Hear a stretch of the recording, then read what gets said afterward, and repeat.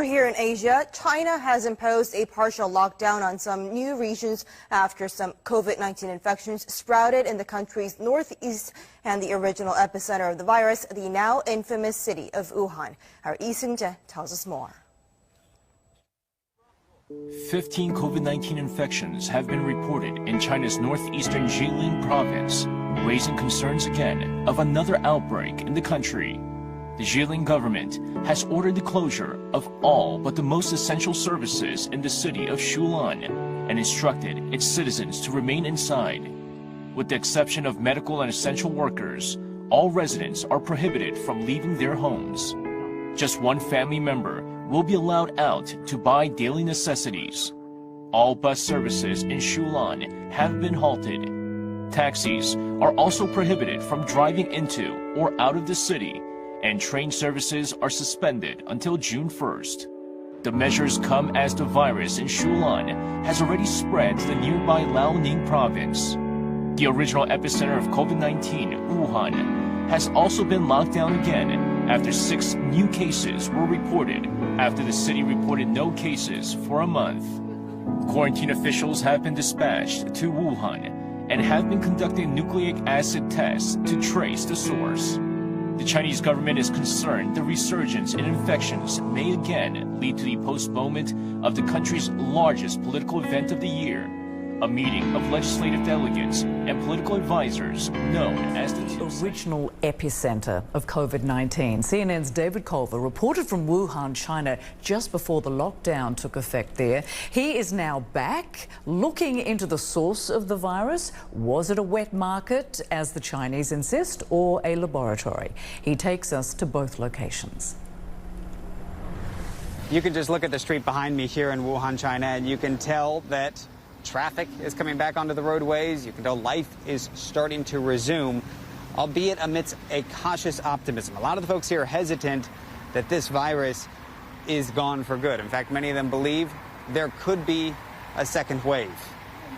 CNN back at the original epicenter of the novel coronavirus outbreak, Wuhan, China, and its more than 11 million residents navigating this post-lockdown uncertainty. Among them, American Christopher Suzanne.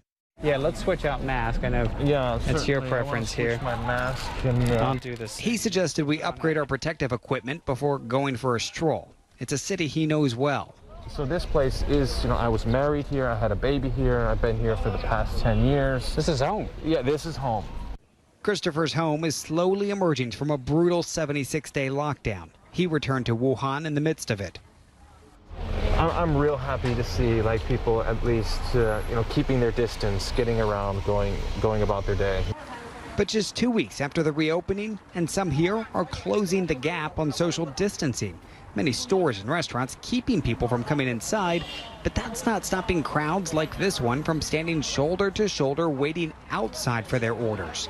In places like our hotel, there are noticeably stricter measures. Staff spraying us down each time we walk in and checking our temperatures.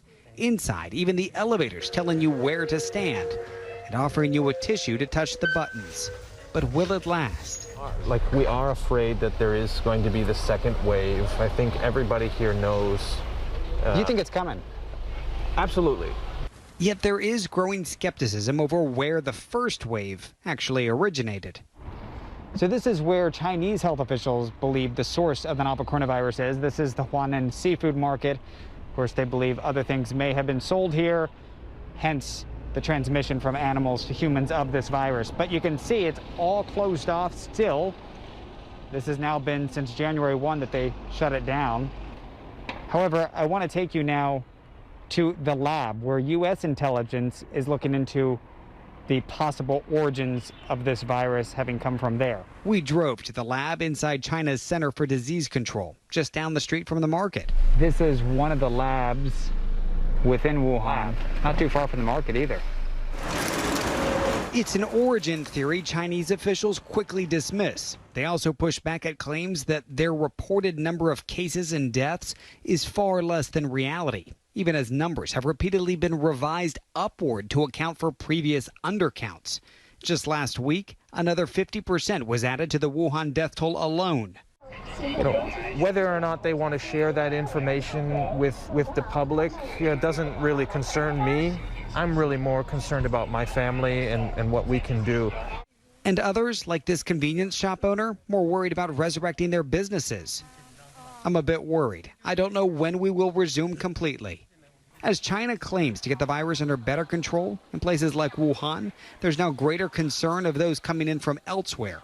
From our arrival into the city to this interview out in the street, we were questioned repeatedly. I'm from U.S., but I live in Beijing. A group of plainclothed and uniformed police growing increasingly uneasy with our being there, a reflection of both their fear of imported cases and a mounting distrust of foreign media. We'll walk in the car. Yeah. We'll go. It is interesting to note that as you walk around Wuhan, you begin to assess different levels of complacency. You have some folks who seem to be very comfortable just wearing the mask, which is still part of the law, is mandatory, and will often go into crowds and be shoulder to shoulder with others. And then you have those who are still wearing protective gear from head to toe. They are not in the medical professional. They simply do not trust that this virus is gone for good, and hence they want to protect themselves in as many ways as possible. And that means sometimes wearing as much protective garb as possible. And for them, it's about protecting not only themselves, but also those they could come in contact with. David Culver, CNN, Wuhan, China.